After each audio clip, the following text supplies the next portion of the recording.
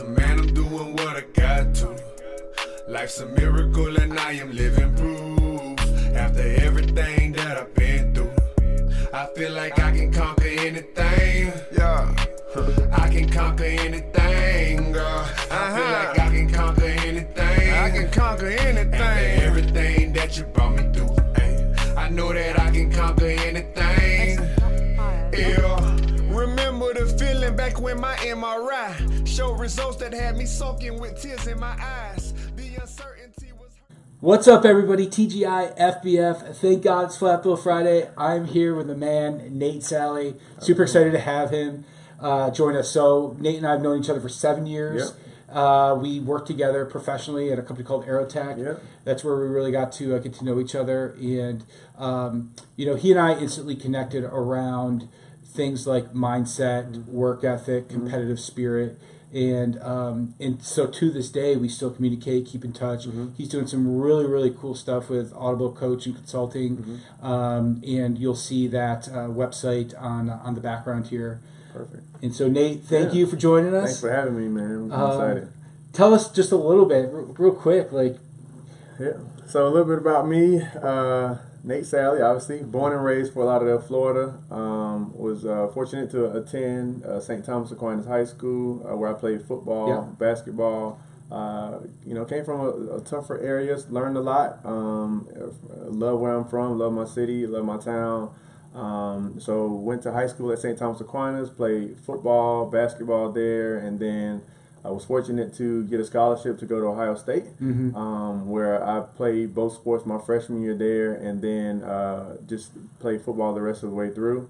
Was fortunate to be a national champion there. I was going to say, national champion. My wife went to Ohio State. She won't let me. She won't let you get it. Yeah, So you played in that Miami game, right? Yep. So that was great being from South Florida and being able to experience that, especially my freshman year when a lot of people thought that me going to Ohio State probably wasn't the best decision because there were the Miamis and the Florida States and the Floridas of the world that were on top of their game at the time. So Tressel was a new coach. There was a lot to learn. So that was great. Went there and then was a starter for 3 years there. Ended up being captain of the team, one of the captains of the team, and experienced a very, very fun and good career, successful career from a team standpoint and I think individually as well. So went from that and was able to was fortunate to be drafted to the NFL by the Carolina Panthers in 2006, the 121st pick in the fourth round. I'll never forget it. So that was a great experience just to kind of see all the hard work that you put into something, and you set this dream and this goal for yourself come to fruition. That was amazing to experience that, and also had some former Buckeyes that were on the team already, like Drew Carter and Chris Gamble. That was fun, and Chris is a South Florida guy too. So that was a lot of fun, and then things didn't go as planned in my career. I always thought I'd play for 5, 10, 15 plus years and, make all this money and, buy mom the house and the car and all that. And that just didn't happen.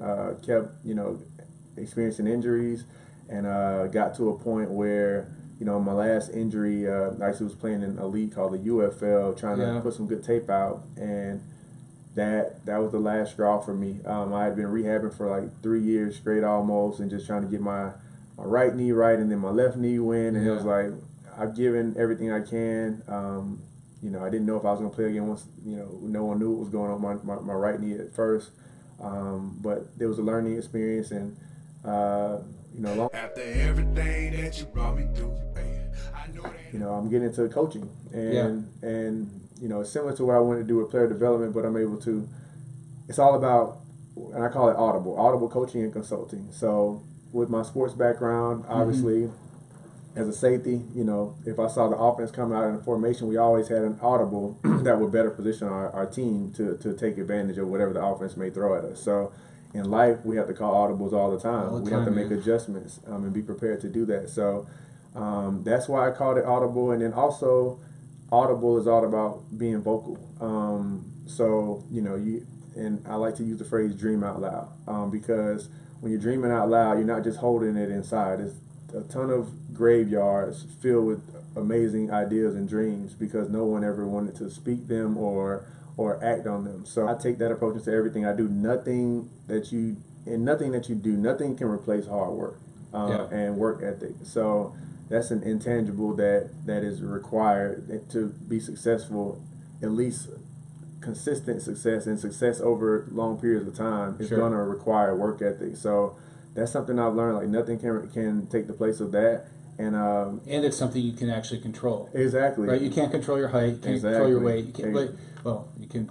You can't control. I can eat a fewer sandwiches every now and again, but you know what I'm saying. I get what There's you're certain saying. things that you can control in that. Yeah. So the hard work, it's in your DNA, right? Definitely. The hustle's there. Definitely. Coaching has helped me. I wouldn't be the man I am today without great coaching. So I just want to be able to help as many people as possible. Reposition their lives to fulfill their potential, and that's kind of our motto: is repositioning lives to fulfill potential. So yeah. So coming out of professional football, there was a little bit of a gap between that and then your business or your corporate career. Yep. And so, would you consider that like a peak of maybe a valley? What gap was there for you that probably exists for other people, whether or not they're coming out of professional football, or maybe they're coming out of some other profession into a different endeavor, or one phase of life into another phase of life? Like, what gap is there that? Excuse me. Sure. It's just tough. It's a gray area. It's a very gray time. Like you just don't know unless you're like prepared. So for me, I felt like I had done everything the right way, treated people the right way my whole life. I, went to class, got my degree. Sure. Like, I did things the way you're taught to do it. And, hey, have this backup plan. Make sure you get your grades because you just never know what happens with football. But I don't think I've ever had anyone to take it a step further and say, all right, what are you really going to do? And that was a tough time. And that's honestly where this came from, too, is that time was very tough for me because especially when you make it to the top, level of anything, there are not a lot of people. Everybody's not making it to the top. So there's not a lot of people that understand what being there means, and they definitely don't understand what falling from there feels like either. So it's not a lot of people that you can speak to that understand where you're coming from, that can say, oh, I've been there too. You know? So for me, I can be that guy for people, especially athletes, but it's turned into something that's helping anybody, no matter what walk of life you come from. But, when it comes to athletes, I can be that person that's been there, done that, and I have that credibility to be able to try and help them navigate life, after the game. It's interesting you say that because, I spent 14 years with that organization, and when I made the decision to really kind of pursue my entrepreneurial passions and go into the real estate world, and all that sounds awesome, and it's been great. But there are periods of time when, I realized that, all right, I made the decision to go. I hadn't officially gone yet, but mentally, that switch kind of flipped, right? And so, for me, I realized I started to get very, very nervous. It was probably about a 2-month period of time because I knew I was going to make the decision. You're stepping out of that comfort zone, right? And I knew, but then I realized the light bulb went off. I was like, I don't have the reason I feel this way for the most part is because I don't have a plan. Right. So I would go. I would socialize with people. I'd see them out and about, whether it's at a party or at a gathering or whatever, and I would tell them what I was thinking, what I was doing, and everybody's like, pat me on the back, happy for me. Hey, we'll support you, but then they would ask me a couple additional questions. And while I had everything figured out in my own mind, I wasn't Audible ready. I wasn't, to use the word, right? But I wasn't Audible ready to communicate exactly, like, what are the tactics? Like, I have this high-level vision of what I want to achieve, but, like, what tactically do I need to do? And then, consistently do to get there. And so pretty quickly I realized, I need to have a game plan. I need to have a business plan. Definitely. I know what I'm capable of, and I know where I want to be.